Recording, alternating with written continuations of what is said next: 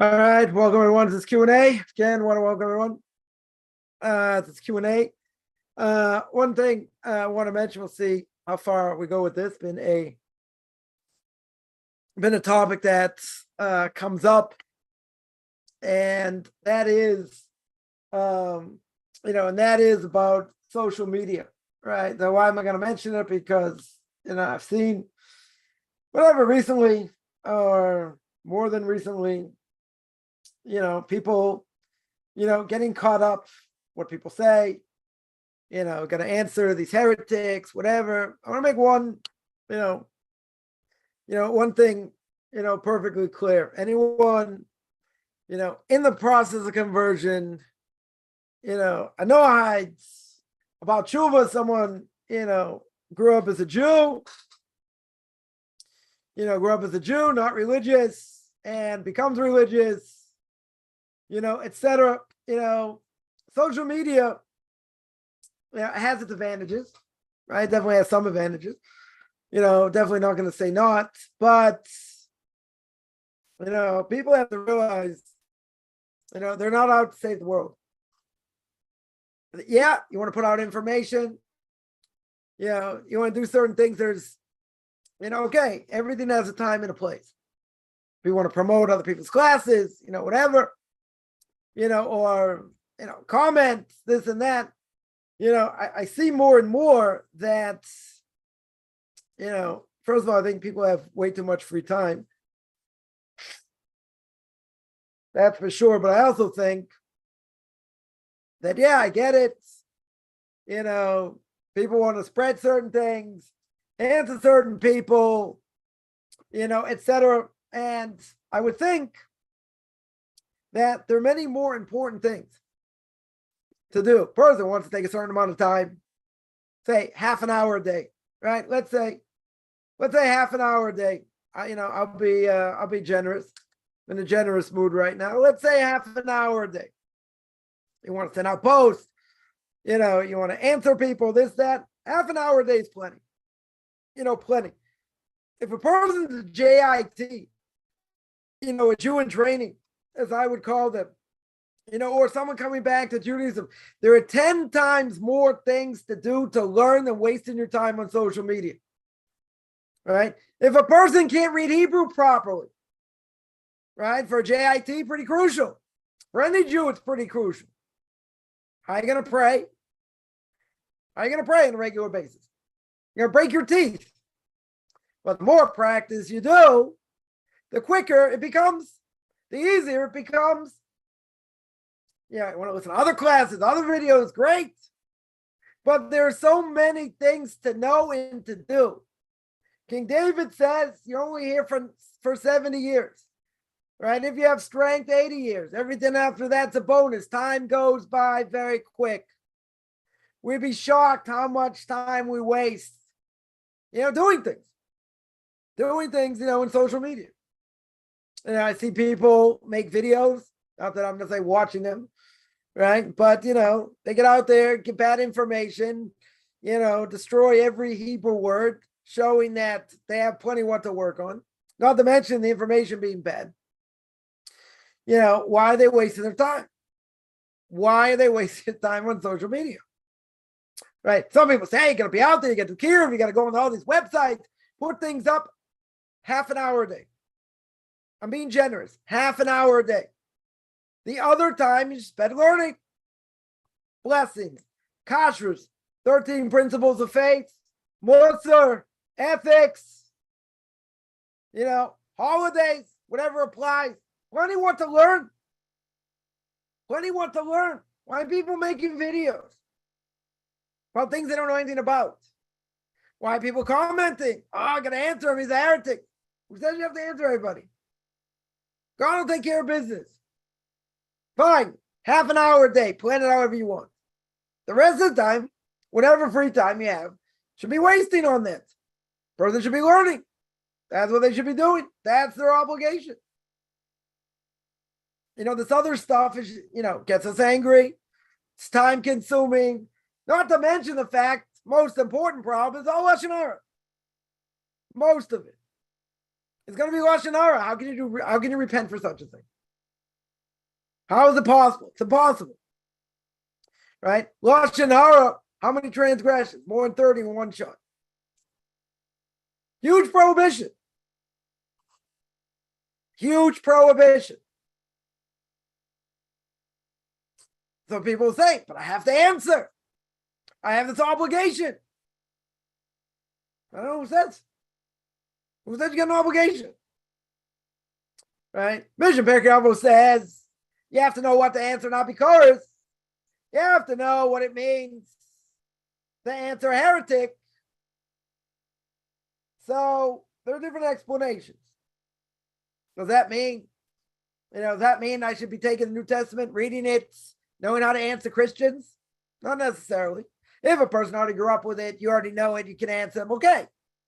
Someone else to learn it, plenty good people, that are certainly more well-versed in these things, certainly I am, or others. Okay. Right? There's a limit to what should be done. I think people get way carried away. Way carried away. And it takes away from the important things you have to do. And what's the most important thing you have to do? Says the Mesil Sasharim and Path of the Just. What's the most important thing? Most important thing is draw close to God. That's the most important thing. You're here to toil in this world. You're here to work hard. You're here to learn God's word properly, whatever that means, for whatever we're talking about. Right? That's what you have to do. This other stuff's all a distraction. Now, it might be fun. Person may, enjoy answering other people. Okay. Again, there's what to be said for such a thing. There's what to be said for such a thing. Other people disagree and say, no, you got to be out there. You got to be in the front lines. And it doesn't matter what you know. It doesn't matter what you know. I beg to differ. If you don't know that much, learn. Rabbi Uri Zohar, most famous Baal Tshuva in the history of the Baal Tshuva movement. Right? He was probably the most famous Israeli actor. And he became an Orthodox Jew. Right? He became an Orthodox Jew. Now, the rabbi that mentored him, and helped him, they basically hid him away because of what the, possible influence he could have on others. Right? Later, they hid him away so he would sit and learn. And finally, when they said, okay, Lev Achim is an organization that does counter missionary work, doing outreach work, etc. Finally, they told him, okay, they put a lot of pressure on him, and he started giving classes, speaking for them and different things. But that's when he had a huge amount of knowledge. And even then, he didn't want to do it. He just wanted to sit and learn. That's all he wanted to do was sit and learn. But, sometimes you have an obligation. If a person has that ability to be out there, to help influence others, give them strength, etc., very good. But everyone has that ability. Okay, it doesn't matter. But not when, again, people in the outreach movement will have my head because they're going to say, if you know something, give it over. You never know. Propaganda never goes to waste. You never know. Okay. I do hear that. And there are places that send people out way too early, cut down their learning because you got to save the world. I hear that. You need people out there. I agree. But at what expense? What if they have the opportunity to be something and learning? Right? So the Torah says 2 different places. How old are the Levites when they start to serve? One place that says 25. Another place in the Torah it says 30. It's contradiction. Contradictions. How do you answer the contradiction? Right? So Rashi says, and others say, that you give a person 5 years. 5 years of being immersed in learning to see if it's going to bear fruit. That you have to see. You got to give someone the opportunity. You don't go straight out with barely any knowledge. Other people say, no, you get a certain amount of knowledge, you go. That's what you got to do. So different ways of looking at things. Different schools of thought. But anyone, who's at the beginning stage, and they're learning and they're trying to learn. One of the most difficult things, the only thing I don't teach, because I'm a one-man wrecking crew, as most people know, the only thing I don't teach is Hebrew, right? So that people have to learn on their own. So there is what to be said, for people going, for people trying to teach others, even if they don't know very much, okay?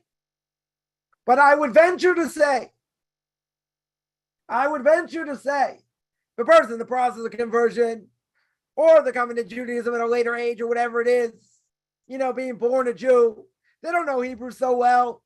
How are you going to learn how to pray? How are you going to say blessings properly? Takes practice, takes effort, right? We have limited time. People work, people are busy, okay? Person has to have fixed times for learning. Very true. So what are people wasting time on social media for? Right? If you can barely read Hebrew, that says something. You got to practice. You got to work hard. You got to learn other things. Okay. So what's the hierarchy? Everything. Got to learn how to make blessings. You have to review which blessings to make, different situations. Shabbos comes up every week. The holidays come up. There's, there's Musar, there's ethics, there's philosophy. There are a million things to learn. Got to learn Hebrew also. So you say, well, you got to find time. That's what you got to do. You got to find time. So someone came to Rabbi Yisrael Salanter, oh, bless the memory. He was the founder of the Muslim movement about ethics. And they asked him, what should I learn first? I only have limited time. What should I learn? So Rabbi Yisrael Salanter said, learn Musar. You should learn ethics. A little bit strange. Maybe say learn the laws of Shabbos. Learn, blessings. Learn kashrus. Learn Gemara. Learn whatever, right? I wouldn't think learning Musar would be at the top of the list. So the students asked him, why'd you give that advice? Why would you tell someone to learn Musar? So what's the answer? So the answer is, he told them to learn Musar because when you learn Musar, you'll find out you really have more time than you think. Because then you feel like a piece of dirt. Why am I not learning? Why am I wasting time? Right? Why am I wasting time over here? So Rabbi Salanter said, they'll figure it out by learning Musar. They really have a lot more time to learn. And they can put a lot more effort in. That's the obligation. That 100% the obligation. Social media, come on. People putting up posts. But most things, I'm not going to say everything. Most posts people put up are useless. They're useless. They don't say anything. They're just pictures, captions, funny thing. Okay, might be interesting. We always have to ask the fundamental question. And the fundamental question is this helping me serve God or not? That's the question. If it's not helping me serve God, it's a distraction. Don't do it. 100% don't do it. Right? That's what we have to ask on a regular basis. Because otherwise, next thing person knows, they just wasted an hour or 40 minutes or whatever. Oh, I just wanted to look at this. Oh, I just wanted to see that. Oh, I just wanted to do the other thing. Focus. Can't lose focus in this world regardless of what the evil inclination wants. Can't lose focus. Very, very easy to lose focus. Why is it easy to lose focus? Because we get distracted. But a person says, I got ability. I can do this, I can do that. Okay. So I remember when I was younger, many years ago, right? When I was younger, and I want to go out and save the world, I had two little kids. My Rebbe said, if you have livelihood and you can sit and learn for however many years, do it. Don't go, out like, some of these Mickey Mouse rabbis, a couple of years of learning, they go out. Said, if you have an opportunity to really go through a lot, go through, all of Shas, learn everything. That's what you should do. So I still had this itch. So he said, a few nights a week. You want to give a class, you want to speak to people, whatever, okay. But, day in and day out, you're learning, right? That's what you got to do. 9 o'clock to 8, 7, whatever it is. You're there cracking the books. Now, in my ego of egos, could I have been successful if I didn't learn as much as I did over the years? Could be. God gave me the ability to speak, right? So it could be. Maybe I have a certain level of success. The learning level would never be the same. That 100% might be 100% true. Because when you have more knowledge, and I got plenty what to learn. No, don't make any mistake. Plenty what to learn. But with more knowledge, it's a whole different thing. It's a whole different thing. It doesn't mean, people have been learning however many years, they won't see success. They will, who says they won't see success? Most likely they will see success. But they have to learn themselves. They have to grow themselves. I remember when I was in New Jersey, so I was involved in real estate. So everybody knew most people I work with were non-Jews. Everybody knew before 11:30 in the morning, my phone is off. You won't get a hold of me. Now, I don't care how big the deal is or whatever, you won't get a hold of me. What was I doing for those 3.5 hours? Learning. I came back to Israel. Someone asked me, probably didn't learn that much while you were gone. I said, yeah, actually, I went through this tractate, that tractate, a third tractate. I was in the middle of a fourth tractate.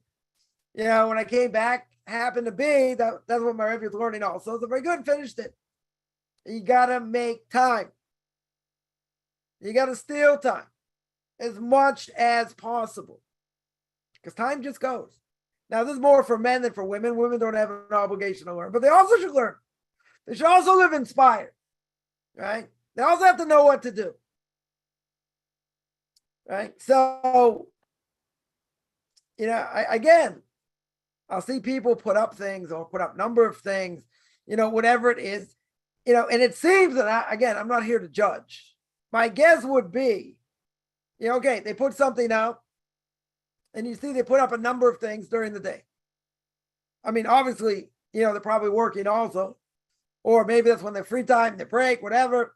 So you also have to learn. I would say a person in the process of conversion, if you're breaking your teeth learning Hebrew, you should not be on social media. If you're breaking your teeth on blessings, on Shabbos, and you're not sure and you want to watch things and understand, fine. That's what you should be doing. This other stuff, total waste of time. Total waste of time. It's fun. I would agree. It's distracting. I would agree. Save the world when you're ready to save the world. Again, I'm being generous. Half an hour. I think that's even too much. I'd only say 10 minutes, but I don't want to, I don't want to murder people here. Half an hour. You want to go out, you want to make, put out posts, answer people's questions, different thing. Okay. Right. More than that should not be done. And again, comes across my feed, sometimes I just watch it for laughs. Probably if I drank a little bit more, I'd probably laugh more. Right. Rather than cry. Probably drank too much, probably cry. See someone making a video. This one's a heretic, that one's a heretic, the other one's a heretic. They can't read Hebrew, for goodness sakes. So even if they are heretics, okay. Right? So let's say I agree. Okay. So you call them out when you have to call them out. Very good. You want to do that? Fine. But I would say there's so many other things to do, so much else to learn, like Hebrew. You dimwit, learn Hebrew before you put anything out. Someone's going to say, but you don't know what they're doing in the spare time. Maybe it's spending spending most of the time learning. They're doing that. Okay. Not, people can call me out and say, being fair, you don't know what they're doing. I hear what the person says. That's enough. I can't get past more than a minute or two because they butcher everything they say. So when I hear that, it's, total turnoff. Not to mention, I don't think they have what to say anyway, but that's a different issue. That's a different issue. So a person has to do it. You got to learn. Right? You cannot get distracted. It's fun. I get it. You want to nail someone, they're a heretic. You want to, say, I got this knowledge. Let me answer this. Let me answer. Okay, up to a point. Up to a point. right? But if a person's wasting their time when they could have been learning, right? So bring the Yerushalmi, Jerusalem Talmud says, person could have learned when they're not learning, right? They don't learn when they could have. God doesn't look the other way over here. God doesn't say, well, you're just going to, tap you on the wrist, and that's going to be it. No, not at all. Punishment is extremely severe. Extremely severe. So we may have an excuse. Yeah, I have to do it. Got to sanctify God's name. Different things. At the end of the day, they'll find out they should have done it. It should not have been done. But then you get, again, what happens? Then someone makes another comment. Oh, I'm going to answer this one. Oh, I'm going to answer that one. Oh, that's offensive. Now it's all Lashon Hara fest. Total Lashon Hara fest. Most likely. Most likely. Half an hour. Give it half an hour. But remember, if Lashon Hara comes up, you don't get any atonement here. Because whoever sees it, Lashon Hara, it's 30 prohibitions. Every single person who sees it. So multiply that by infinity. I love seeing before Yom Kippur. Anybody, someone puts up a post, anyone I've ever offended, I hope you forgive me. How's that help? How in the world does that help? You have no idea who you offended. You don't have any idea. How can you repent for that? Can you repent if you don't know you sinned? No. I would say, though, at the end of the Shmoneh Esrei silent meditation on Yom Kippur, we do say things we know, things we don't know. Okay? But going out there and saying, everyone should forgive me if I did anything wrong, there are billions of people out there could have got offended. Are you gonna, you're gonna say, well, they have to accept your apology. If they don't, they get the sin. Very good. Can you go after them? If they come after you and they say, yeah, you offended me and whatever, okay, now you have somebody. That's 1 out of a billion, potentially a billion. See, you get magnified, totally magnified. Can you stop it? Can't stop it. What's done is done. Right? And you have no idea what the ramifications are of what we do. Tremendous ramifications. So that's the good, the bad, and the ugly, about social media. But for the vast majority, a total waste of time. Answering people, putting things up, waste of time. So we're going to say, hey, why don't you drink the Kool-Aid? You're talking, you're also on social media. True? What's the only thing I ever put up? Promote myself. Maybe some other things also. Right? Okay. You can use it in a positive way. Definitely use it in a positive way. But you get sidetracked. And when you get sidetracked from what you do, it takes away. It makes it harder. Jumpstart. Say, okay, I'm going to do this for 5 minutes, 10 minutes. I'll do it for whatever, 20 minutes. I'm going to go back to learning. It's not the same. These ideas are still in your hands. They're still there. It still affects the person. Totally affects the person. So it's much harder. We're not in this world. It might come as a shock to some people. We're not in this world to be tested, for us to bring our own test upon himself. That ain't not allowed to do. We say every morning, we pray, guess what? Do not bring me to sin. Right? Do not bring me to temptation. Do not bring me to trials. That's what we pray for. But we don't grow without them. True. That's 100% true. At the same time, what do I need? What do I need to do? I need to get away from this. But if it happens, I have to try and overcome it. I have to try and overcome the trial. We're not looking for them. We're not asking for them. Doesn't matter. They get sent our way anyway. Some more, some less. We do good. We don't. We pass the test. We don't pass the test. There's a lot of things going on. Yeah, there are a lot of questions here. Somebody asks, person's an employee. Okay. And I listen to Rabbi at work. Think about throwing my daily issues. Why not? You're allowed to, if you're at a job, and they don't care if you listen to things as long as you get your job done, then that would be okay. That 100% should be fine if they allow it. right? If it's something, you can do your job at the same time, it doesn't interfere, and the boss allows you to listen, to listen to certain things, you want to listen to music or whatever, okay, right? I think like watching videos would be a problem, but listening to things I don't think would be an issue, right? If they allow it, you'd have to ask the boss. If they allow it, you can listen to whatever you want, not a problem, right? During work hours, not a problem. Certainly if you had a break, certainly wouldn't be an issue. But if they allow it, again, it has to be someone who's got power here. If the manager says, yeah, don't worry about it, you have to see. Do they have that power to authorize? Or do you have to go higher up? Right? If they say this is what the boss said, then this is what you're allowed to do, okay. Right? But there's a big problem. There's a big problem. Let's say a person finishes what they're doing. There's downtime. Are they allowed to check their email?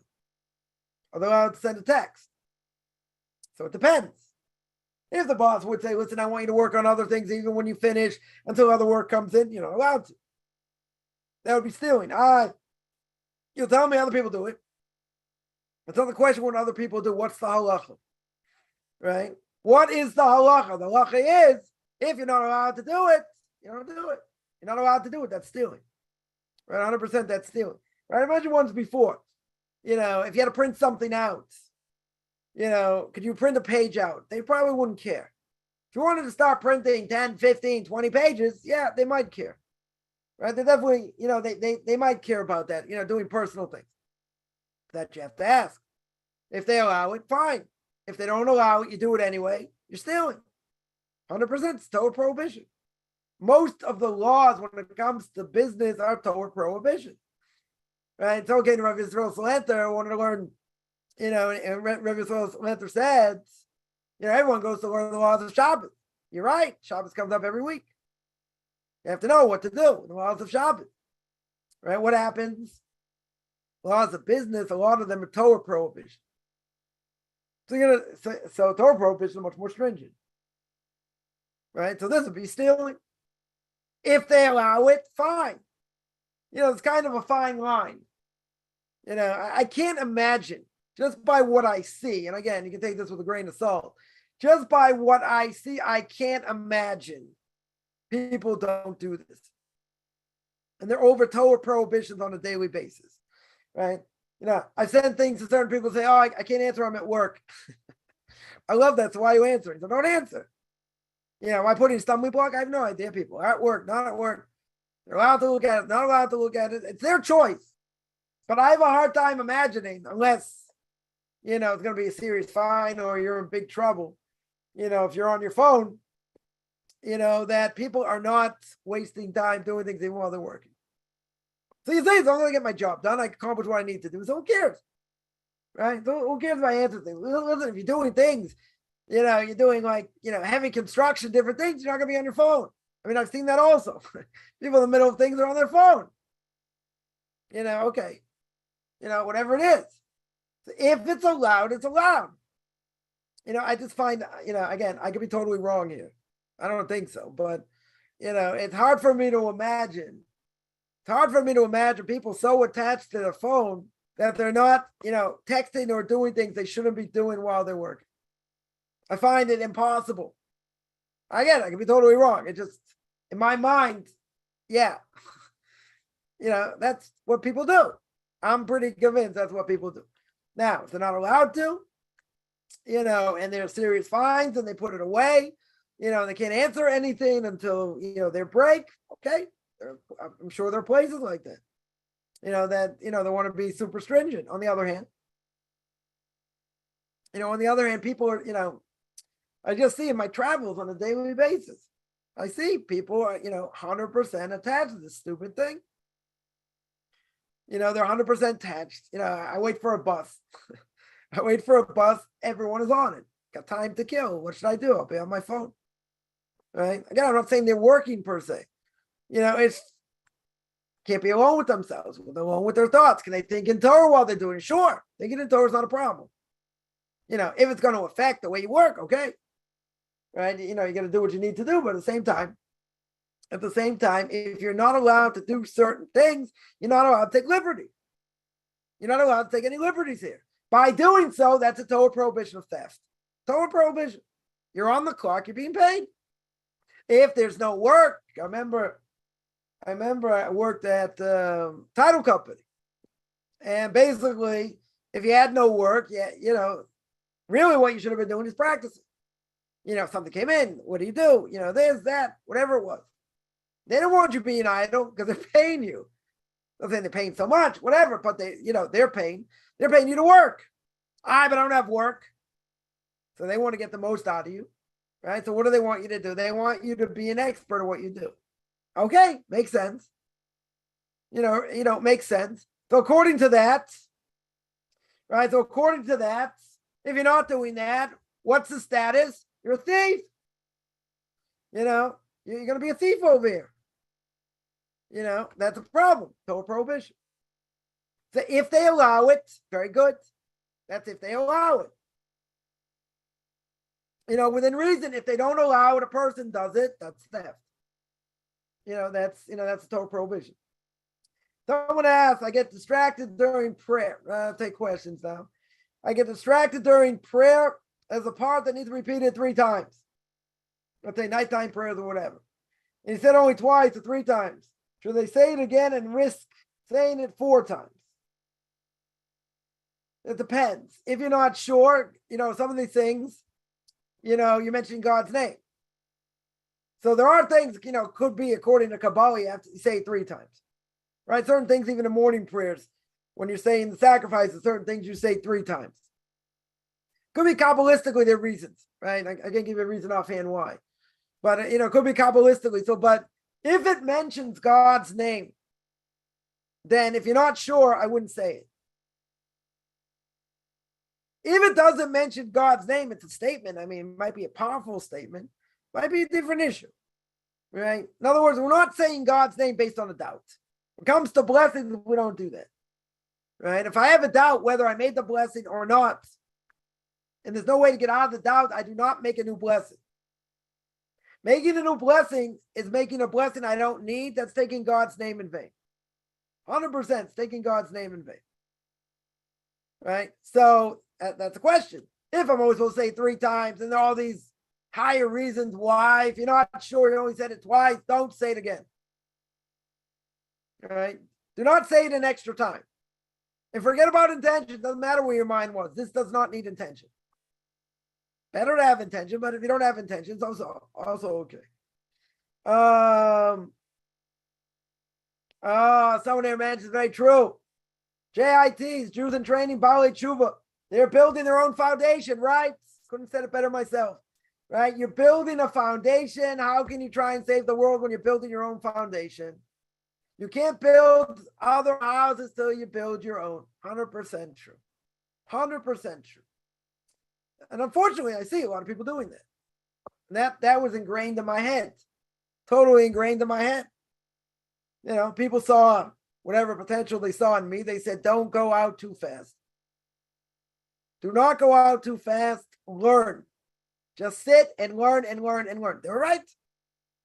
They were 100% right.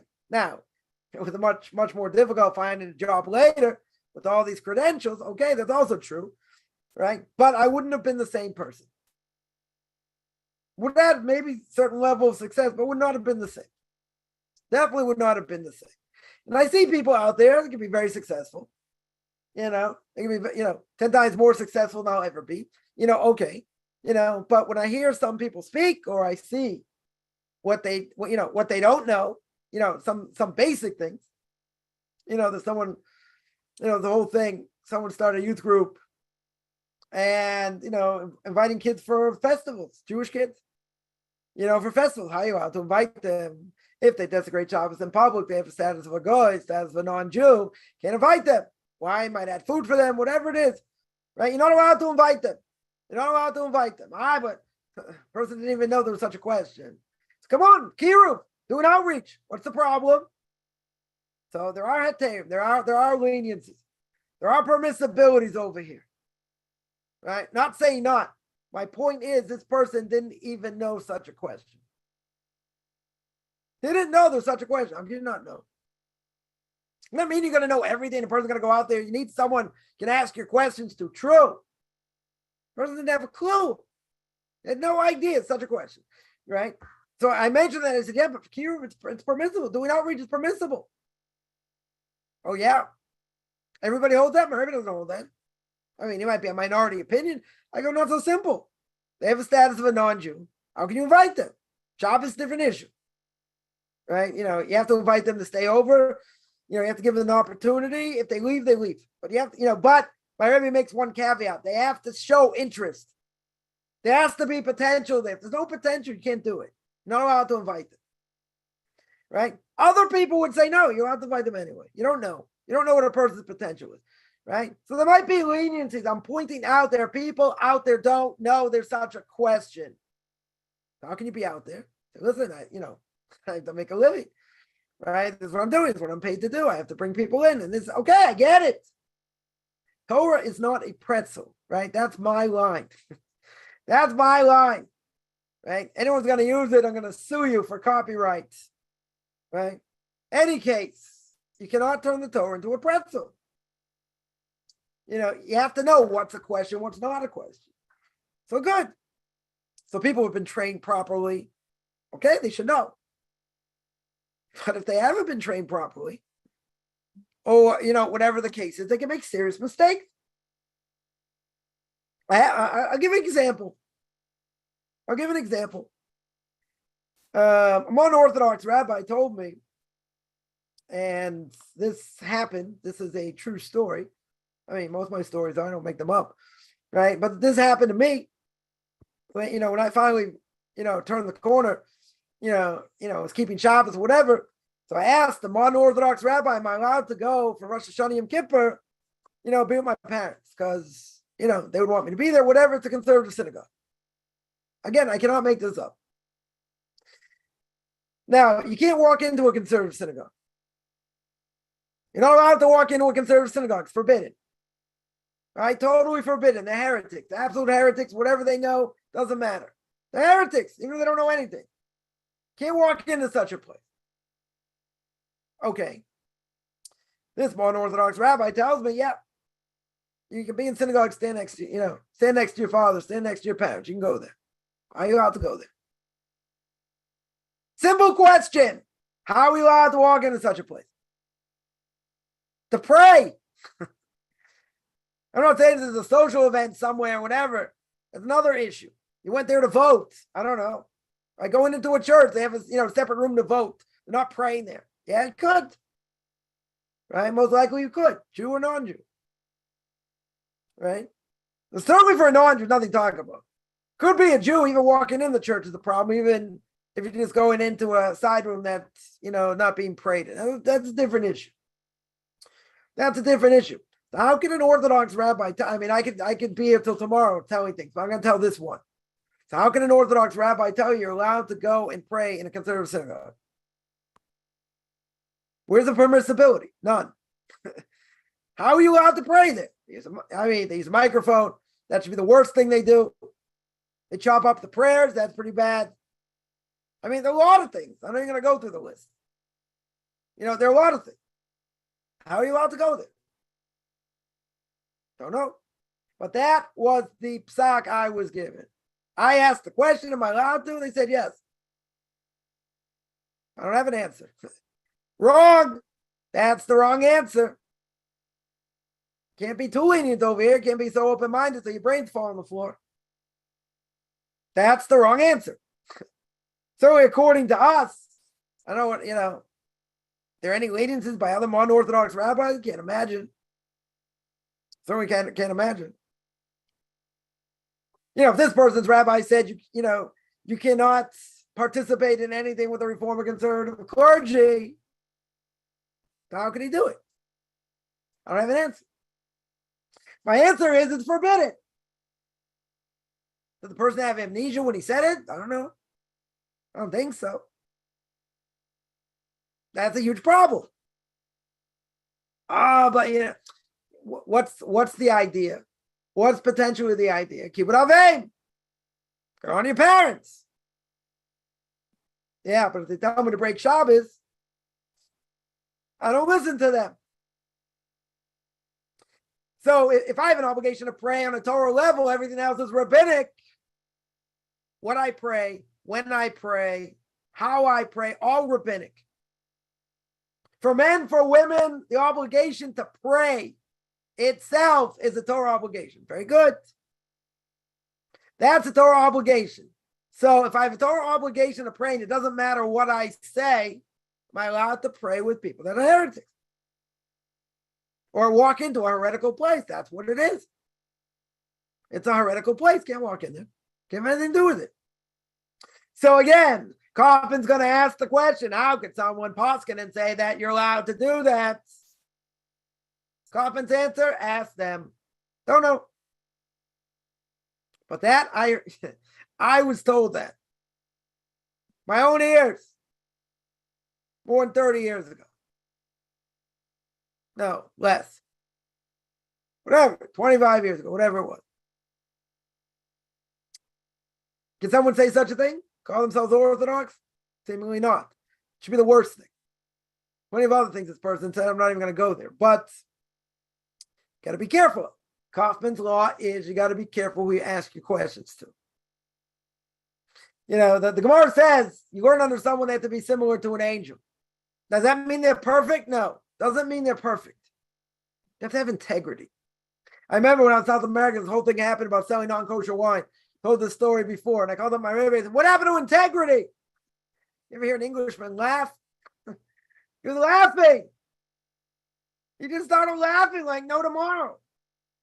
I was like, what? I said something funny? He's like, now you're in the real world. Now you see what goes on. I was like, no integrity? I said, you made me way too religious. He said, yeah, how have I? How have I did. Meaning, yeah, it should be that I did. You want to judge a person, see what they do with money. Right? That's the way to test a person. Or for good, this person telling me I'm not making money from it. Someone else said she's taking away his living. Someone's lying. Obviously, someone's lying. So where's the integrity? It's at a rabbinical court. The religious of the religious coming in. The person says he stole, he lied, different things. Right? Everyone would say it's a good thing you have a connection to me. Otherwise, you consider why did you become religious in the first place? You need to see what people do. So what's the obvious answer? You don't mix up Jews and Judaism. Jews make mistakes. Doesn't mean we're perfect. Rabbis can make mistakes. Right? They can also be heretical. Right? But you got to see what people say. Does it make sense? According to Torah sources. 20 people out there, they're very, very smooth and very polished. Yeah, there's one problem. What they say is false. So who cares how polished they are? Yeah. So again, as someone there points out very correctly, you need to build your own house first. Then you build someone else's house. Then you can help out. Now again, does that mean you have to have world-class knowledge? No. Not talking about world-class knowledge. That could take your whole life. That's a different issue. But you have to have, I would say, halfway decent working knowledge.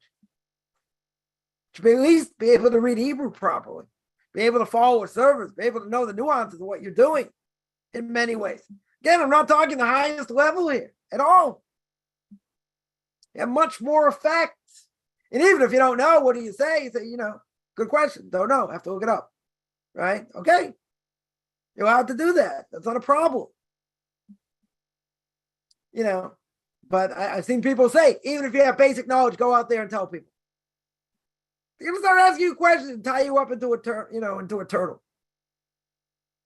All right, what's the benefit? So they say, you never know.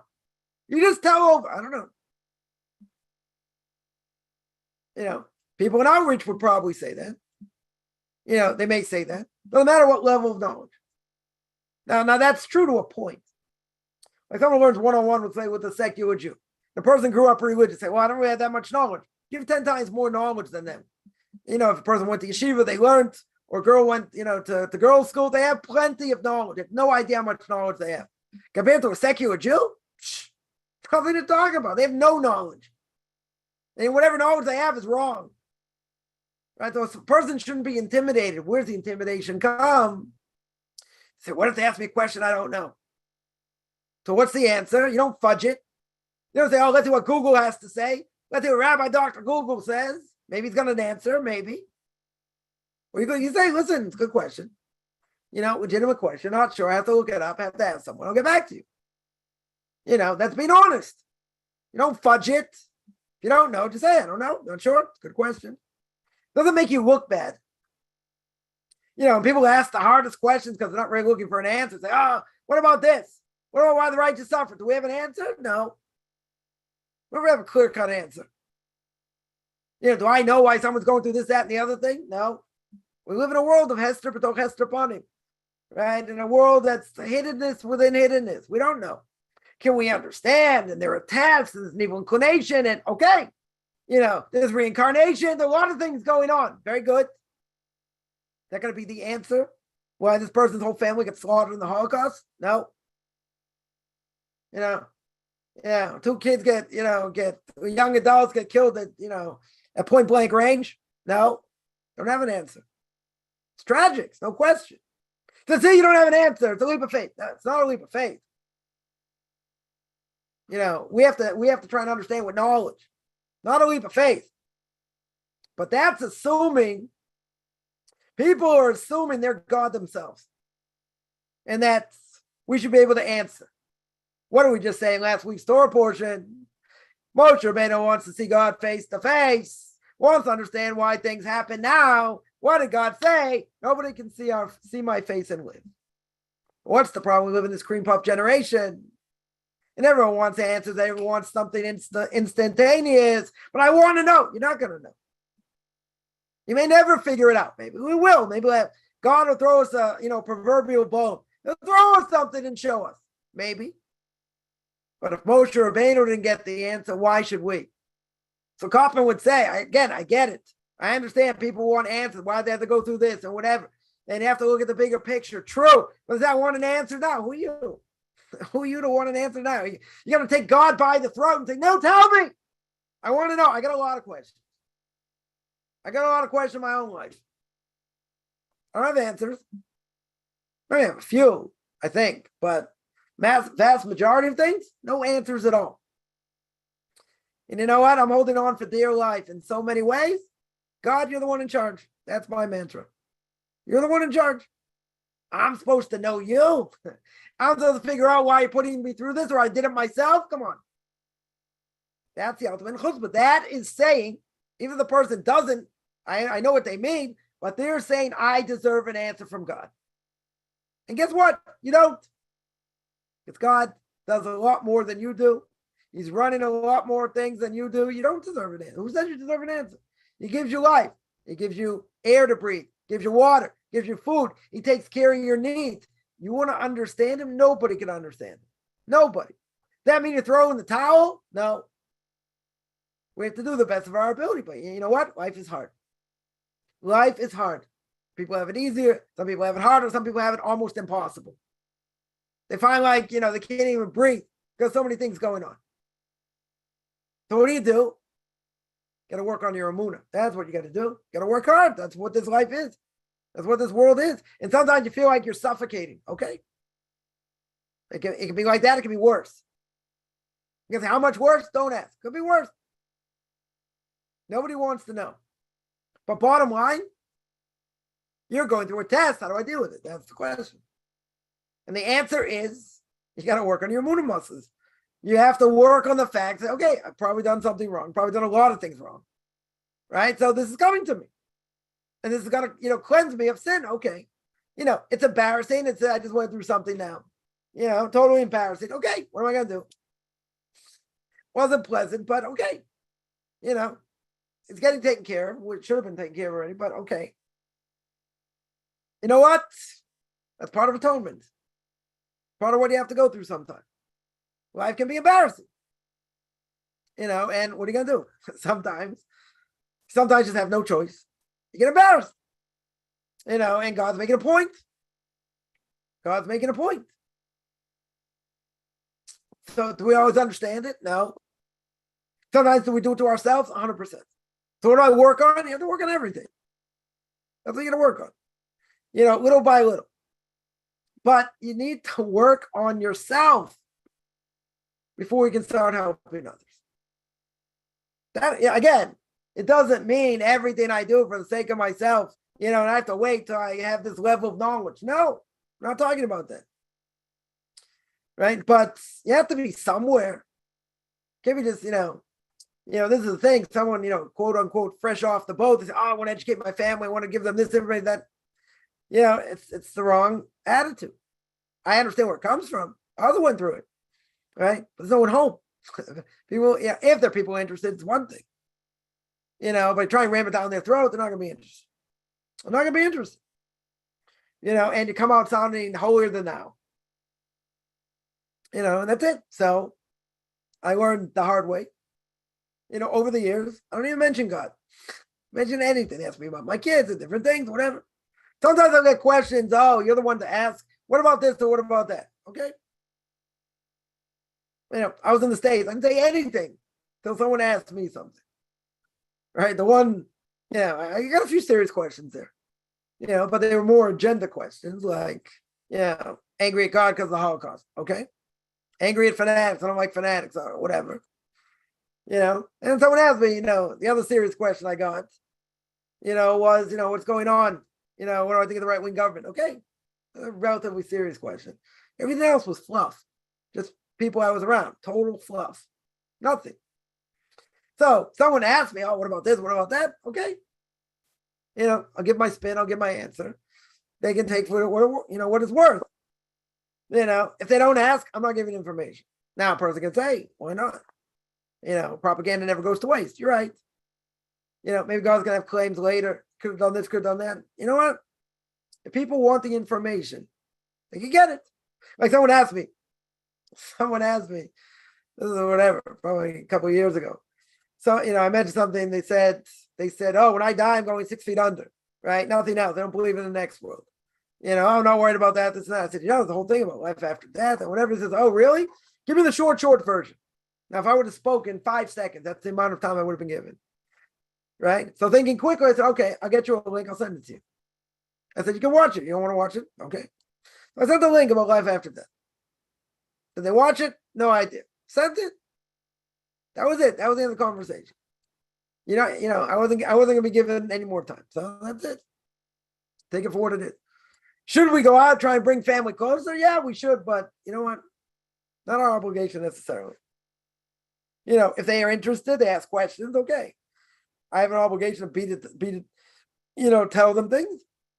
Those out in outreach will say you do. And people, I've heard some stories. Why didn't you come to me before? Family member says.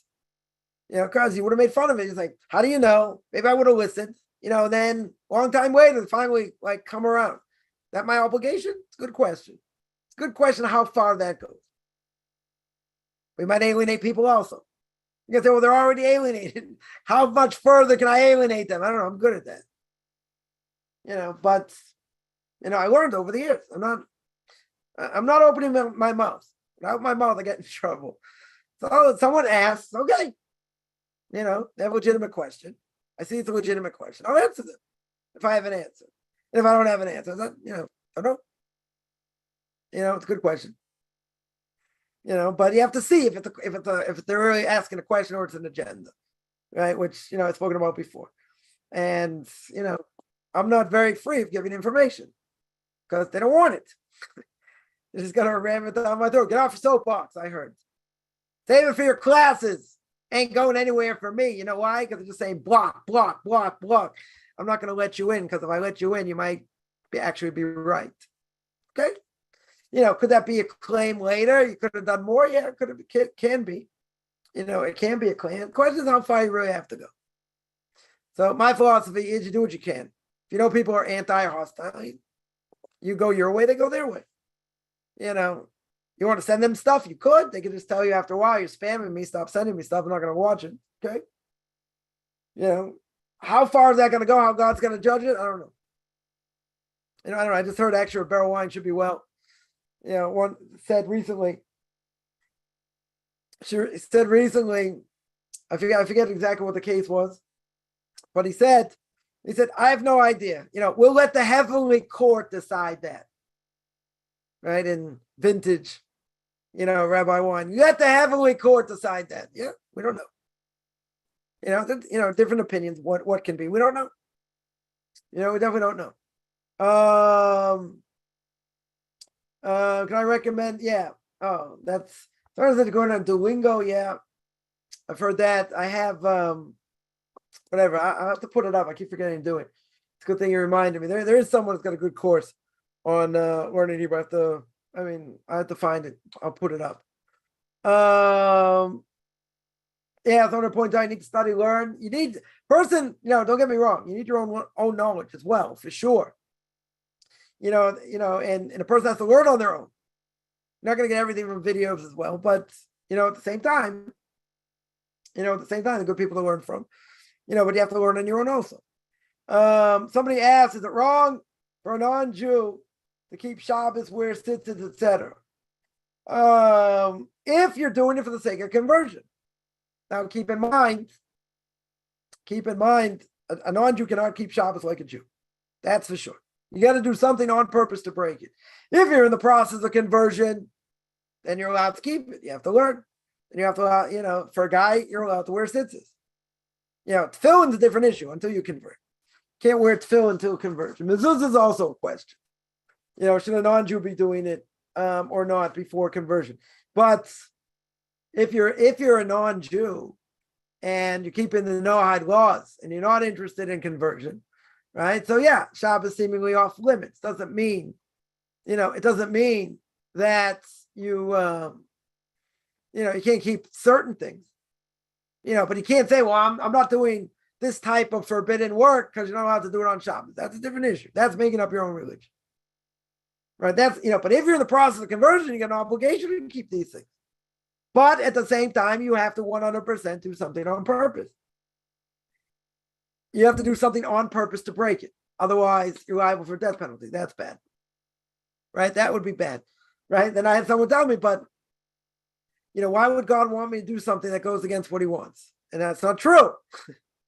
Because at the end of the day, you can't keep it as a Jew. Gemara says a non-Jew keeps Shabbos, you're liable for death penalty.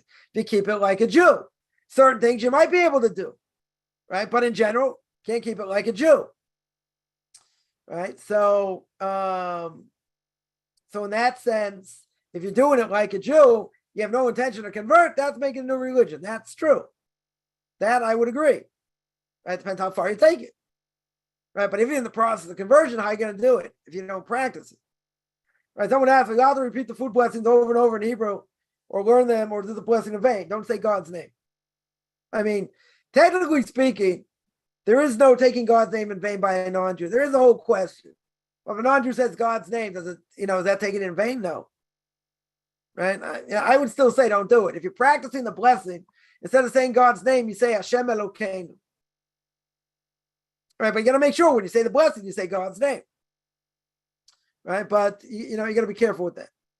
I would say you got to be careful with that. Someone here mentions that I've said many people don't make it through the conversion process. Yeah, less than 20%. I do actually, some people actually get to the finish line. I do have a student today is actually going to the mikveh. Huge simcha, huge celebration. It's too bad I'm not there. But this person's been on an odyssey for 10 years. Different things going on in this person's life that they couldn't convert. I'll just say, not tooting my own horn, 2 years later, 2.5 years later, now converting after going through all these classes. It happens, right? That actually people finish, but yeah, it's a small percentage, less than 20%. So does Hashem make it so hard the people who have a Jewish soul will make it? I would say like this, that a person, if you go to medical school, 30% get weeded out the first year. I think another 15, 20% second year. And after that, person's probably going to stick. So the same thing. There are a lot of people who start the conversion process, accepted, let's say, by rabbinical court. They don't finish. Either they can't move, a spouse doesn't want to convert, or livelihood issue, many things. There are many different things, family issues, many different things, many different reasons why a person doesn't convert. Right? So yeah, it is a weeding out process. What about a person who has a Jewish soul? And that's why anyone wants to convert, because no one would convert if they didn't have a Jewish soul, right? It wouldn't make any sense. It's my famous example. You walk into synagogue in the middle of Hallel, those Thanksgiving sounds we say in Rosh Chodesh or on festivals, on Sukkot, all of a sudden you walk into services, out of nowhere, you see everyone with their palm fronds, their citron, their lemon on steroids, their myrtle leaves, and their willows. They're all going like this. They're all shaking like this, and they're shaking like this. You're like, come on, what planet did I, fall off onto or into? So I grew up with it, so I knew what a lulav looked like. I know what it represented, didn't know what it was, whatever. But anyone never seen it. You walk in, come on, why would someone have a connection to it? You say, come on, most people came out of Christianity, right? Most people came out of paganism. They found it was false, all this, very true, very, very true. But it's because they have that spark. I spoke about this a few weeks ago, right? In my class in Book of Leviticus. They have that spark, that Jewish spark. It just so happened that Jewish spark became non-Jewish. How does that work? It's Kabbalah, right? It's Kabbalah 101, 101A. How does the Jewish soul become not Jewish? So we're not going there. The point is that it can happen, but someone who wants to have a connection to Judaism wants to convert or at least stay in Noahide, their soul had to be a Mount Sinai, right? It doesn't make sense otherwise. Totally doesn't. Totally doesn't make sense for so many things that non-Jews, have to do. Someone just asked me this morning, right? This morning for me, someone just asked, why would non-Jews want to convert? Question that comes up. Why, why? Right? So I said, my short answer was, 99% come out of the church and they see that the church is false. And that Christianity is all based on the Old Testament, quote unquote. So they look into that. Then people spin their wheels, come Noahites, Messianics, or whatever, and the ones that finally finish, so to speak. Someone asks, should we concern ourselves with political and world issues? So a friend of mine would say, if there's a war, I'll find out about it. If things happen, I'll find out about it. Right? Well, what's the problem with following politics? Besides the waste of time. Everyone's giving their spin on it, probably not from a Torah perspective. And the bottom line is, who cares?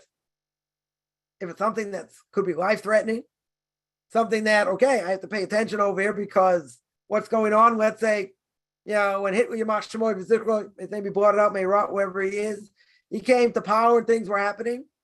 So some people got wind of it. They saw what could be and they left. Mostly everyone else didn't.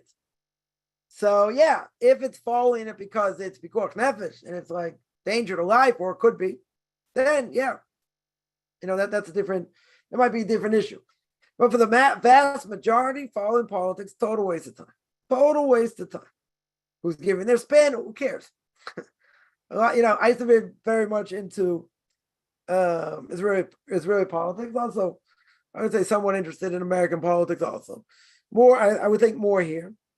And my Rebbe just beat it out of me, just totally beat it out of me. And he's like, 95% of the time, are you happy the way God runs the world? I was like, I guess so. He goes, the other 5% you're not going to understand in 10 lifetimes. Don't waste your time with this. What's going on and this and that. You have an obligation to serve God. That's your obligation. Nothing more, nothing less. That's your obligation. You have to learn Torah, be the best Jew you can be. You let God do everything else. People are into politics. I get it. It's, interesting, can be frustrating, all these things, all together. But you know what? Politics don't have an effect on anything in general. God, the I think it says in Proverbs, "Lei malachim biyad Hashem." Hearts of kings are in the hands of God. So guess what? He's the one in charge. He's the one pulling the strings. How's it going to be? What's it going to end up? This, that. Anybody's guess. Anybody's guess. I would say for the most part, it's just a waste of time. Should I be well informed what goes on in the world? Some people say, yeah, you got to be well informed. When Orthodox people tell you that, of course you got to know what's going on. Of course you got to read the news. Of course you got to see. How can you not be well informed? And what's the first question God's going to ask you? Either were you honest in business, or did you learn Torah? He's not going to ask you, by the way, what do you think of this political thing? He's not going to ask you that. Totally not going to ask you that. Were you honest in business? Did you learn Torah? Where do politics fit in? No, they don't. politics don't fit in. Is it interesting? Can be. Can be. Okay. And so again, ask the question, does this help me be a better Jew? Does knowing more about X, Y, Z make me a better Jew? Should a person, know about Jewish history and what's going on? Yeah. But not politics per se. That's not how God runs the world and where we've been and what's happened. That's a different issue. World politics? Again, you're talking someone like a news junkie. Got that out of my system for the most part. Right? Total waste of time. I mean, sometimes interesting to see this, that, but in general, waste of time. Most important thing is learning. Whatever you need to learn, that's the most important thing. Everything else is just background noise. It's enough to know how to pray, say blessings in Hebrew. Yes. You don't need to know how to speak Hebrew. That rabbinical court never going to ask you, and they don't care. They don't care. Right? They want you to be able to follow prayer service, which is going to be hard enough. And they want you to be able to read, to follow a prayer service, be able to read the blessings in Hebrew. Again, at a certain pace. I would say at a certain pace. Right? If you're reading really, really slow, that's going to be an issue. You gotta, something's going to be worked on. Right? But at the end of the day, that's what they want you to know. Someone asked, you suddenly see something you're not supposed to look at, let's say on social media, it's a sin. No. Something came in front of you and, you saw it, but you worked very hard not to look at it or get it out of your mind, then, that's fine. If you sat there and looked at it and were thinking different things, that's forbidden. That 100% is forbidden. I'll give an example. I'll pick on men here. A woman walks by, right? She, half a shirt and shorts. Let's say really short shorts. I'm going to make it more graphic. Yeah, walks right in front of them. Well, you didn't ask for it. Okay. So now let's say the person, okay, they look down, whatever, and then they look again because they want to look. Forbidden. That is forbidden. If they haven't just walked by you and okay, that's one thing. Right? But if they walk by you and you're staring or whatever, I was up north, it was last week, waiting for the bus. Or whatever, these teenage girls, whatever, happened to walk by, ripped jeans. But they weren't just ripped jeans. Not going to say exactly where they were ripped. Right? But I was like, God, what do you want over here? Okay, they walk by. I was listening to something, just person happened to walk by. But they're ripped, whatever. They're ripped by the knee, ripped by the leg, whatever. If I want to take out, my glasses and really, check something out, it's also ripped, other places. That's the way I choose to dress. Now, if you're sitting there staring, that's a problem. That's for sure forbidden. If it happens, you ended up seeing it, but you look down, you don't look at them, this, that, okay. It happened, but you're not focusing on it. You're not looking at it. I've heard people say, rabbis say, plenty of places for guys, you cannot walk outside in the summer. How is it possible to walk outside in the summer? So sometimes by Hasidim, you'll see they look down. All they do is look down. They don't want to see anything, which makes sense. Besides not bumping into things. Okay. That's why they look down. They don't want to look at anything. They're not interested in tempting themselves. It makes perfect sense. So in the summertime, people dress the way they dress, or let's say better, undress the way they undress. Jews, non-Jews, doesn't make a difference. So, the warmer the weather, the less clothing people wear. Or I would say better, more provocative clothing people wear. They don't think it's a problem. Certainly women don't think it's a problem. And they wonder why people take advantage of them. Well, I'm not saying it's permissible. Right? Certainly not. But I would think, and this is a guy, and this is probably totally chauvinistic, and people are going to have my head for it. A woman's dressed a certain way.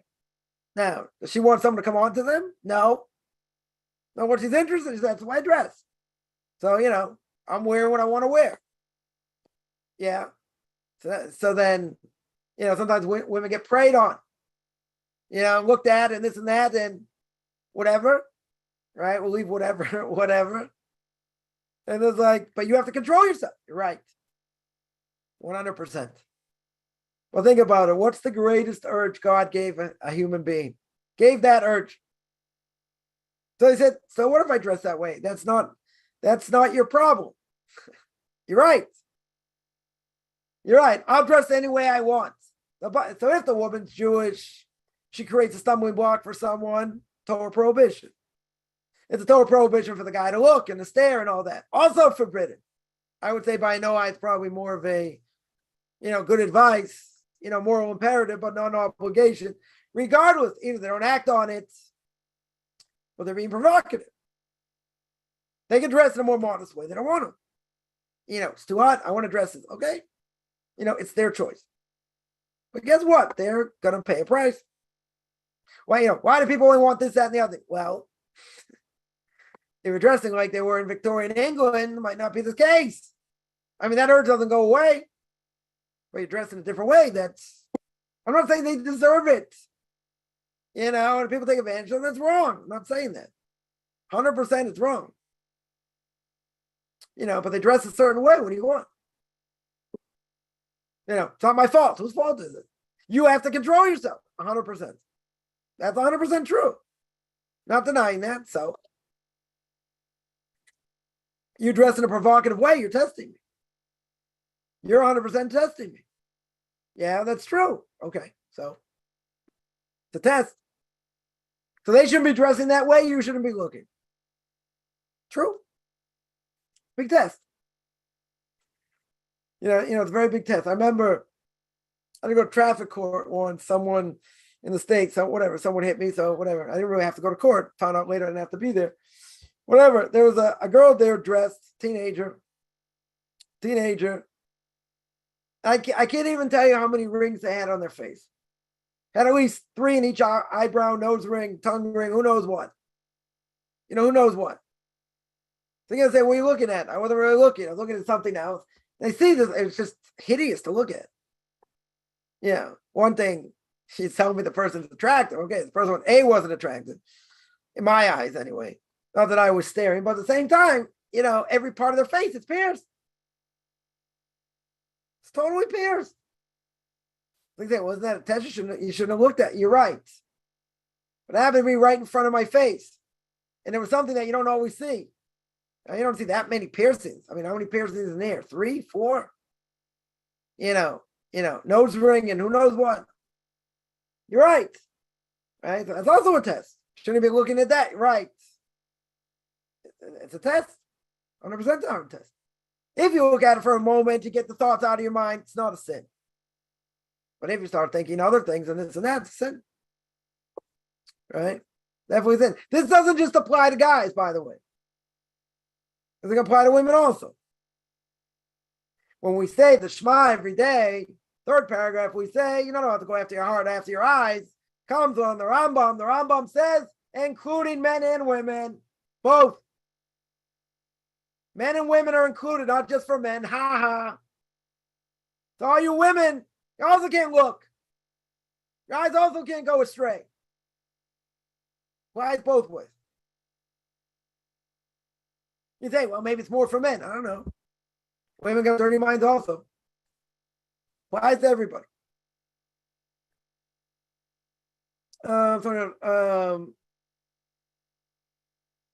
Is that stealing from the employee? Yeah. Right? If you're watching videos or listening to recording while on the clock, if they don't allow it, stealing. 100%. 100%. If you finish work, let's say you have certain work you're done. You're waiting for the next assignment. Can you do that? I don't know. It depends. If they allow you to do it, even when you don't have another assignment, very good. Then that's not stealing. If they want you to work on other things, even if you don't have work, that's stealing, right? It depends on the employer. Depends what they say. I'm just pointing out, I would think, I'm pretty convinced, and I could be totally wrong, but I'm pretty convinced people have their heads so stuck up in their smartphone I guarantee they're looking at things and they're doing things while they're working. I can't imagine they're not. In the 0.5% or question of 1% of people that don't do it, they're the most righteous people. Because this thing is so addicting that how can you totally stay off it? I find it impossible to believe someone's not transgressing it.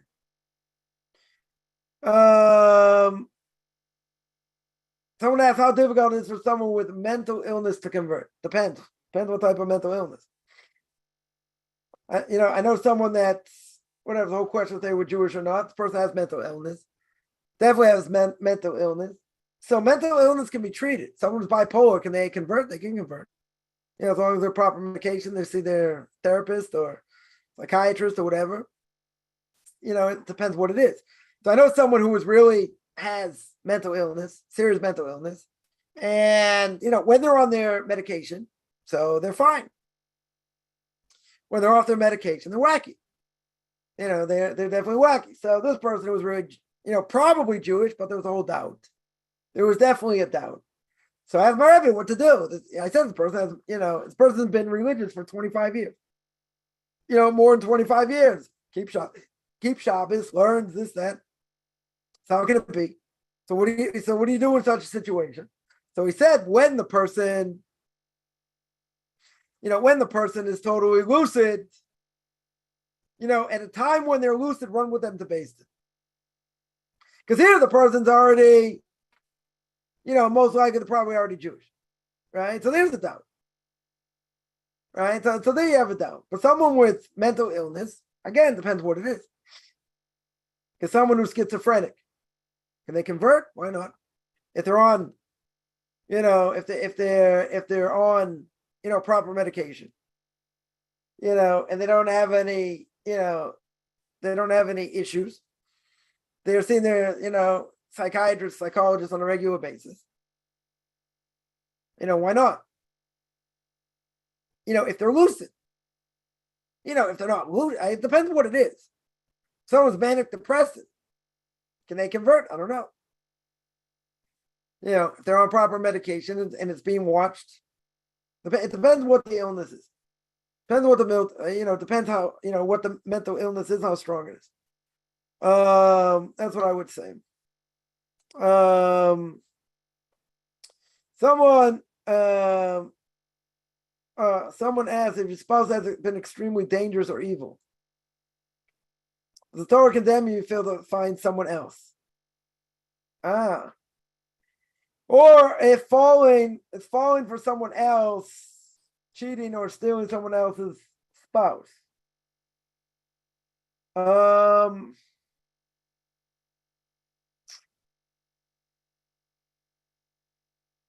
Yeah, if someone is dangerous,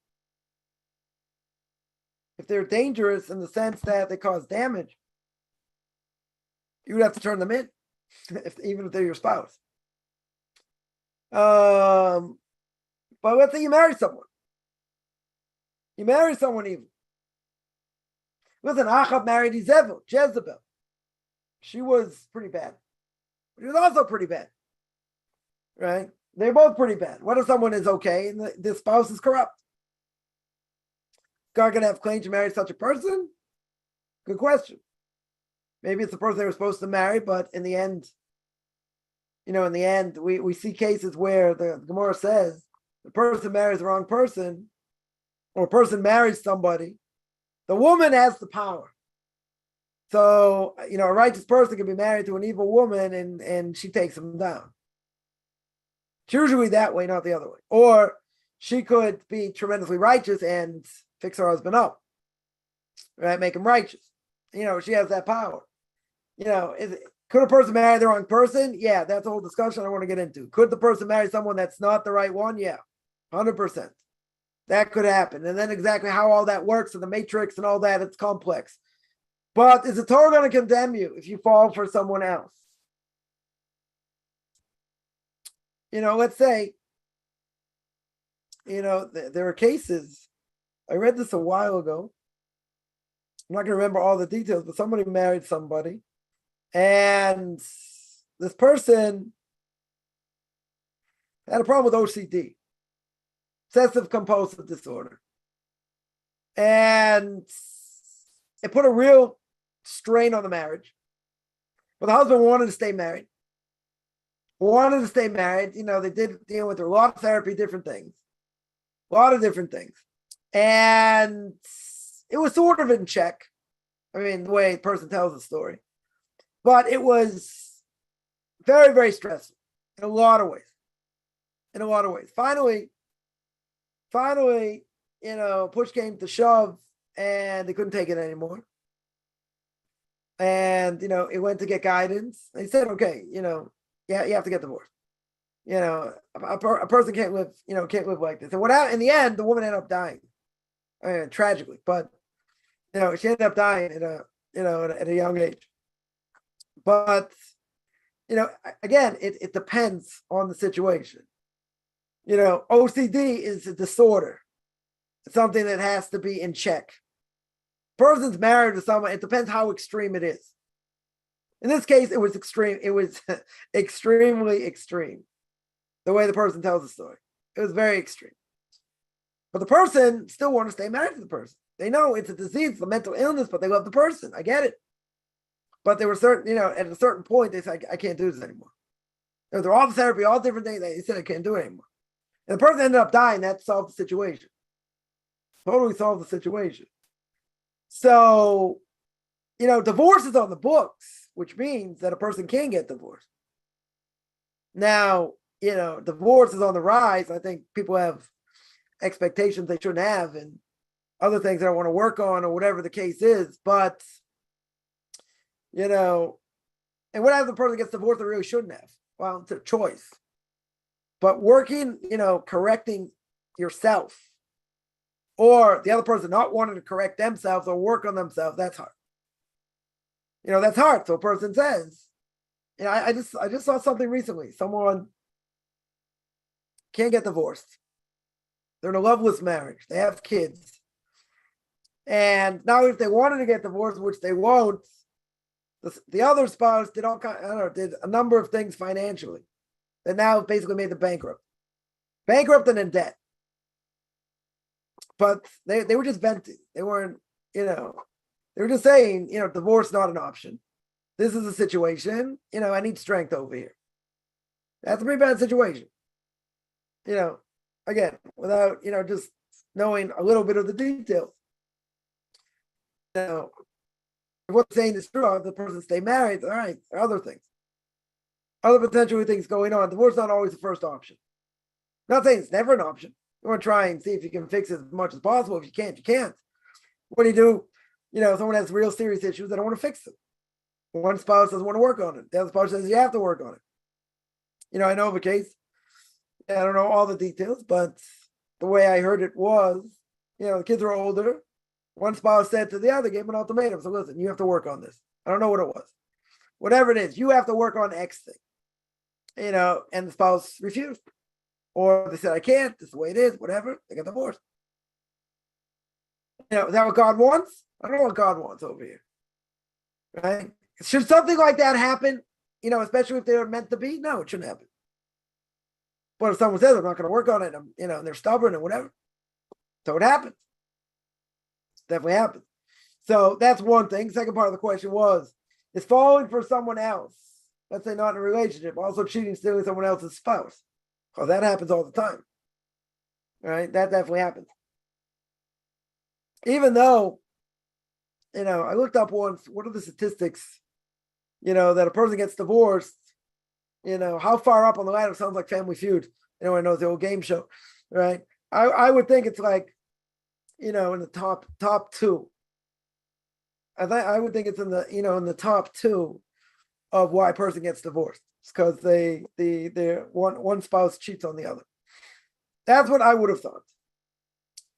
According to statistics, whether true or not, I can't say. Statistics I saw, it was like, I don't know, it was like 5 or 6. Or even higher. I think it was even higher. It was like 7 or 8, if I remember correctly. Right? I would have thought it's, it's way up there. It's not. Seems like it's not. Right? So now, if a person commits adultery and they steal the other spouse, yeah, that's kind of a problem. You can say, well, they weren't in a happy marriage anyway. Okay. But I would say, even if someone cheats on their spouse, they marry someone else, or they live with someone else, whatever the case is. A lot of times, those marriages or whatever, they don't last. Why don't they last? Because the Gemara says, "Ma'im genovim yimtaku."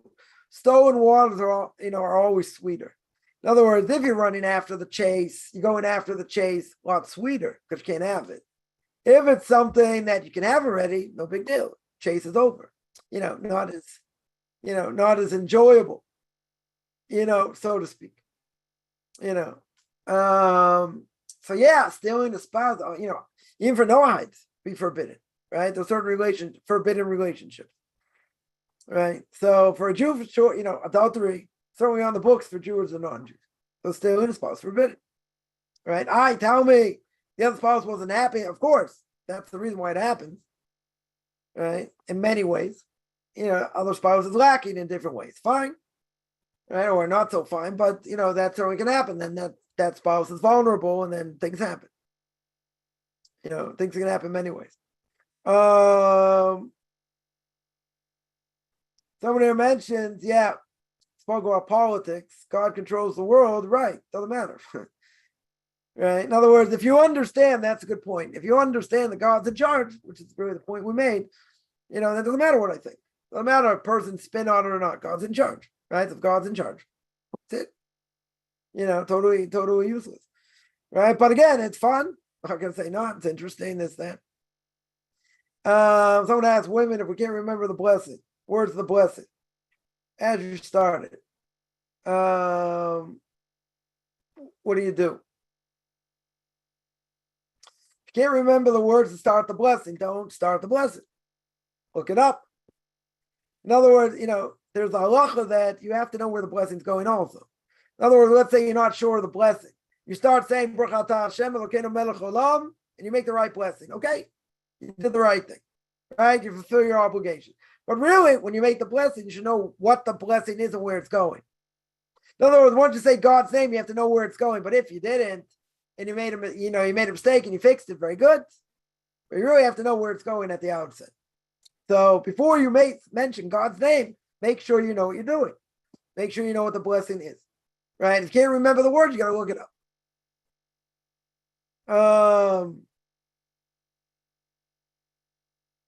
Well, temptation to go out and change the world. That's very true. Right? I found it much easier just to focus on our growth and our learning. Right? That's true. I'm not saying a person can't do it over time. What we're saying is don't do it at the very beginning. You got to give yourself a significant amount of time, before you start trying to educate others. People ask you and you have answers, you answer. If you don't know the answer, you say, I'm not sure. I'm going to look it up. Ask my rabbi, whatever. Right? But again, I see too many times beginners out there trying, saving the world is a big thing. I hear it. Doing Jews outreach, I'm not against it. I'm very pro. The problem is people are out, they don't know what they're doing. Now, I don't care. People are going to say, and I'll get flack for this also. People are going to say, whatever you know, you give over. I disagree. I don't think it's true. Someone asks you, it's one thing, right? At the same time, get a little bit of knowledge before you start either making videos or trying to help people. Because, you're going to cause damage. There are people out there who do things. I heard the story. Someone who is engaged or about to be engaged, an older single, both older singles. They're about to get engaged. We're talking about marriage. And this guy, his uncle told him, this, whatever it was. The guy didn't get, the guy, broke it off. This girl was heartbroken, still not married. But the person who was involved, trying to help the situation, told this guy's uncle, like, why'd you do that? Why did you get involved in something you shouldn't get involved in? What was his answer? Stupid answer. He's like, whoops. So the guy gave unsolicited advice. You don't give unsolicited advice if you don't know what you're talking about, but everybody does it. I see it all the time. People say things, even if they don't know what they're talking about, they'll say it. Say, take what I say with a grain of salt. This is my experience, blah, blah, blah. So why are you giving the advice then? If you don't know, this person, they should have got married. According to this rabbi who, who's involved in these things, been involved in these things for many years, they should have got married. 100%. He said they should have got married. And this uncle ruined it. Totally ruined it. And what was his answer? Whoops. You don't get involved in what you don't know about. You could cause repercussions you have no idea. And this girl's heartbroken. Heartbroken. But that's it. She's never going to marry this guy. That's the way it seems. So you can say, well, it wasn't meant to be. I don't know. I don't know to go that far. You're right. That's what ended up happening. Right? But all things on the table, they should have been married. That should have happened. So why didn't it happen? I can't answer, but it got messed up. That's the point. That's the point. This person, in their expertise said, yeah, there were people, they tried to dissuade from getting married. Red flags, this, that. They still want to get married and they got divorced. They didn't listen. In this case, he said they should have got married. 100% they should have gotten married and got messed up. Somebody asks, when I'm praying Shacharis, morning service, even without the parts I can't do yet, fill-in, cottage, all these things. If I go through the whole lot of the Siddur, it can take 2 to 3 hours. Read it. So I've heard many rabbis say it usually takes an hour, right? The question is, if you're saying all the things you need to say, or the fact is you just read slow. If you read really slow, it could take that amount of time. If you read really slow. So I would say, practice on your reading and say fewer things. It shouldn't take you 3 hours. Say fewer things, get up to speed with those things, and then take on other things. That's what I would say. You don't have 3 hours. That's what I would say. Once in a hurry, or any prayer is less important. I would say the most important things you have to say for a man and a woman. Most important things, blessings over the Torah, individual blessings, thank God I'm not a slave, not a woman, other things. Then you say the Shema, forget the paragraphs before. If you can say the paragraphs before, very good. You say the Shema, Shmona Esrei. That's it. Minimum. Maybe say Psalm 150, 145 Ashrei. That's it. If you can't say any more than that, that's what you say. That's the minimum. Right? That's definitely the minimum.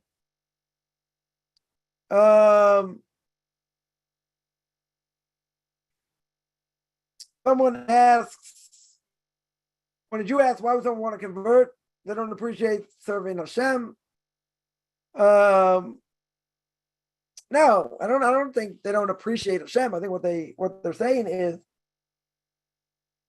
they're saying that life, being a Jew is not an easy thing by any stretch.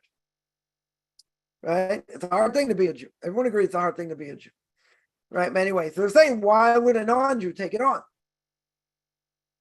Right? It's not that they don't serve God properly. They're looking at it like, all right, I have an obligation to do these things. 100%, they have an obligation. Very good. Right? But why would someone take on the obligation? I heard that by me. Why would you want to be religious? Why would you want to, alienate yourself from everyone else and this and that? Right? Because I'm searching for truth. But, it doesn't mean they don't have a connection to God. The person who asked me was an Orthodox Jew. He doesn't have a problem, what Hashem does and this and that. He doesn't have that issue. Right? It's not about the privilege of being a Jew. It has nothing to do with that. He's just interested. Like, non-Jews that, that have no connection, Torah and mitzvah, why would they take it on? It's a legitimate question. Because there's a heck of a lot to know. And you're going to alienate people and, ostracized, and the community's not going to want you. All these things. It's hard. It's extremely difficult. True. You're going to say, he doesn't appreciate God? Of course he appreciates God. That's not the question. That's a legitimate question. Right? Like someone would ask me, why'd you become religious? It's a legitimate question. Why would you take it on? As I told someone, what you think I would have ticked off so many people, I didn't believe it was true? 100%. I mean, I wouldn't have done it. I don't believe it's true, then yeah, I wouldn't do it. Right? Why don't all observant Jews see it this way? That, you can serve him, things are not difficult. Because again, if you have an obligation, you're born into it. Right? Ask the question. You're born into it. This is what you have to do. You have no choice. You have to, you have to get married. You have to raise kids. That way, if you can, and go in that path. Why? Because God said so. And you get a lot of things that don't make any sense. 80% or more of the Torah doesn't make any sense, right? Logical sense. So now an non-Jew coming out of left field, why would they take it on? Why would they take it on? You gotta say, searching for truth, came out of Christianity. Okay, I get all that. Makes perfect sense. But it's such a foreign thing. Such a foreign thing. I grew up with it, so I understand. Someone didn't grow up with it, you're gonna choose it and ostracize your family and friends and be a pariah. Who's gonna sign up for that? Not to mention the community makes you feel like a piece of dirt most of the time. Who's going to sign up for that? Most people will not sign up for that. Why they make their lives more difficult? True. Right? And someone has money and a lot of money, secular Jew or non-Jew, why would they convert? They won't. They're living too high lifestyle. I don't need anything. I don't need God. You need God. Not a question of needing God or not. The question is, he's there. Got to tap in. That's my obligation. Right? And sometimes they don't appreciate it. I mean, some do. I think you're hitting a point where there are Orthodox Jews who do not appreciate being an Orthodox Jew and have an Orthodox family, and all that. That I would agree. They take that for granted. Take that for granted. Anyone in this position grew up as a Baal Tshuva, someone who's a Baal Tshuva or JIT, a Jew in training, can't take it for granted. Cannot. But if your cousins, your aunts, your uncles are all religious, you can take it for granted. That's true. Right? They see Torah as a burden. That's like they see it as a way of life. 100%, they see it as a way of life. And, and that's the way it is. It could be, you're right, they don't appreciate what they have. Because when they hear these stories and what people go through, what non-Jews go through, and what, secular Jews go through, that they don't have it easy, they take it for granted. We take a lot of things for granted. I think that's the problem. Not a question necessarily it's a burden, but I think they take it for granted. Someone asks, what's the law for tattoos? You're not allowed to have them, right? The Torah prohibition for everybody not to have tattoos is what? Idolatry. If you had a tattoo and it was for the sake of idolatry, everything else rabbinic prohibition. Now, what happens if you have it? Do you have to take it off? No. Right? You don't have to take it off. My Rebbe would say, even if it would make a wound, you should take it off anyway. Even if it costs a lot of money. I know someone had their whole body tattooed. I don't know what they're going to look like afterwards. If they end up taking off all their tattoos. But 100%, once you've done it, you've done it. It's not a prohibition where every second you transgress. You did it. Right? The question is, do I have an obligation to take it off? So now you can take it off by laser. Costs a lot, but you can take it off by laser. That's not really going to make a wound. But my Rebbe would say, even if it would make a wound, get rid of it. You should get rid of it. That's what he holds, and everyone agrees. I heard someone saying, I don't believe it's true. Some rabbi said you should keep it. It's like a red badge of courage. Yeah, imagine person's got Tasmanian devil all the way down their back. They went in the mikvah and said, yeah, my rabbi said it's a red badge of courage. What is he, an idiot? You'd be an idiot for saying such a thing. Right? You can ask, okay, well, you're taking it off. It's all the way down your back. It's on your arm. It's whatever. People have tattoos all over. That the question is, once it's done, it's done. Forbidden to have. Okay. Right? It's forbidden to do. Question is, do I have an obligation to take it off? Yeah. So some say, no, you don't have to. I've heard many people say, I'm going to take it off before I convert. Okay. My Rebbe would say, yeah, it's an important thing to do. Get rid of it. Here in Israel, I can't say for everywhere else. This person had a tattoo. When they die, they burn it off before exactly what they do. Put something on it, they burn it off, or some ways, before they bury them. So I asked him, I said, is that true? He said, yeah. So I said, why? He said, because the first thing God's going to say, he's not going to ask you, as we said before, did you keep Torah? Did you, were you honest in business? Like, what are you doing with that stupid tattoo? You don't want that on you. So they said they burn it off. They get rid of it somehow. Outside of Israel, I can't say, but that's what my Rebbe told me. It's good. Conversion's going fine. Your basket case. Well, Kaufman's therapy line, wide open. Got plenty of time. No problem. Yeah.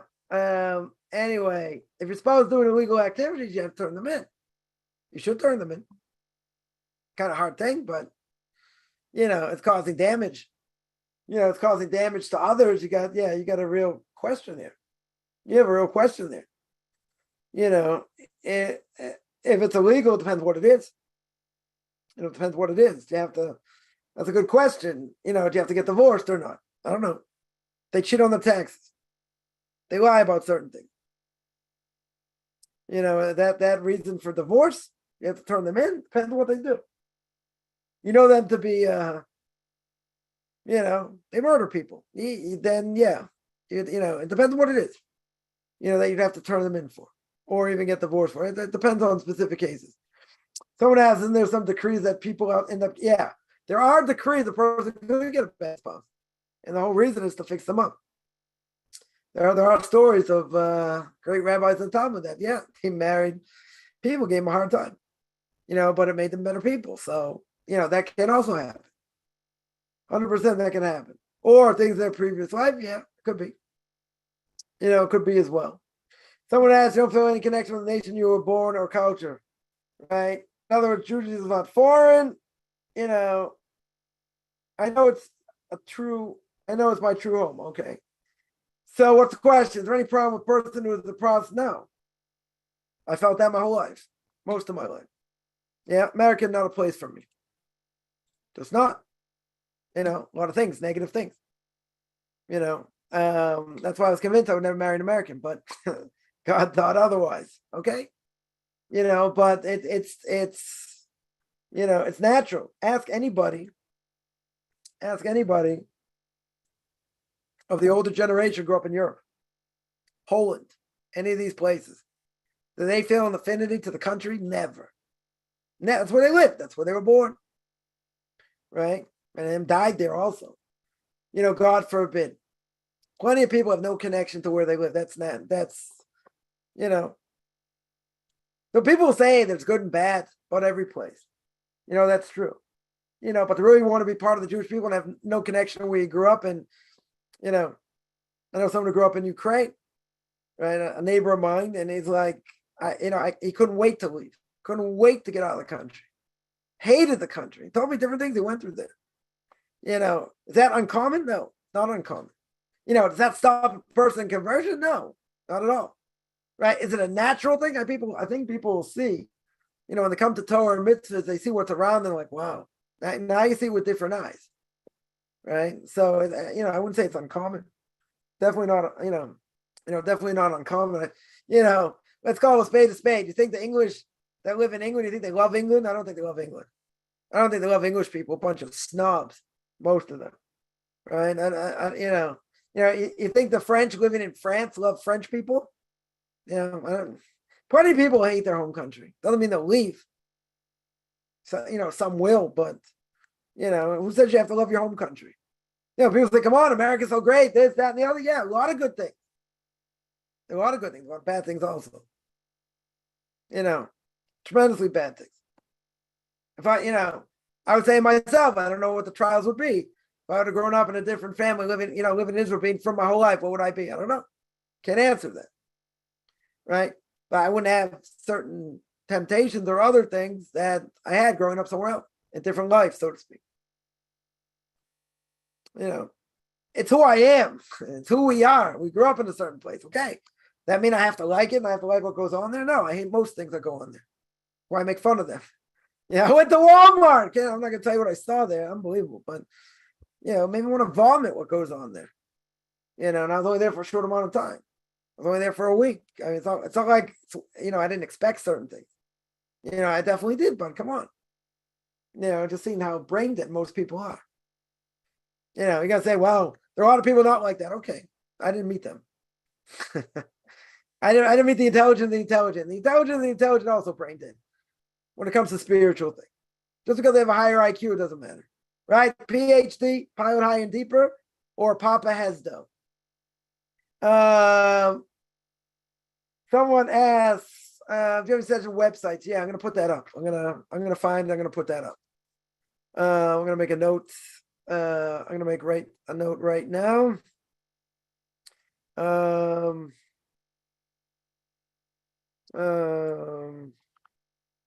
Website. All right, I made a note. I'm gonna do it.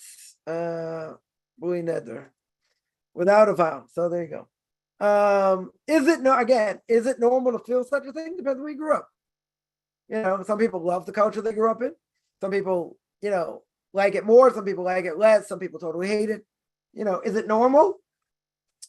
I would say like this: if you come to Torah mitzvahs and you understand what God wants from you, and you live in a cesspool of immorality, like certainly like in America, in other places, and people do to other people and all kinds of things. Yeah, makes perfect sense. But there are people so into it, it's like you can't get it out of them. But to despise and hate it for what it does, yeah. I'm not saying everything's bad. Everything's not bad, right? I mean, certain places it could be everything's bad.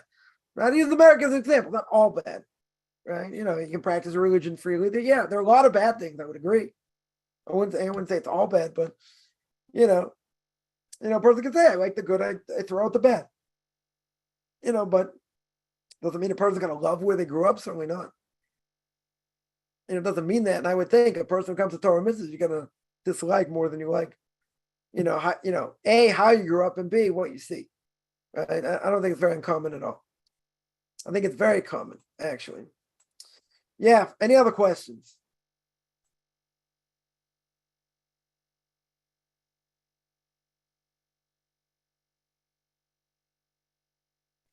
All right, I'm going to stop here. I do this every Tuesday and Thursday, 10 o'clock Eastern time. It's now 4 o'clock Israel time because we haven't changed the clock yet, at least for another week, till the end of next week. Otherwise, if anyone has any questions, find me on Facebook at Michael Chaim Kaufman, Beyond Orthodox Conversion Judaism, or YouTube, Beyond Orthodox Conversion Judaism. You can see all my Q&As, Pirkei Avos, Ethics of Our Fathers, on my Torah portion of the week, and all that. Otherwise, you can send me an email, rabbichaimkaufman@gmail.com, RBBI. CHAIMCOFFMAN@gmail.com. Wish everyone a good beginning of the day, middle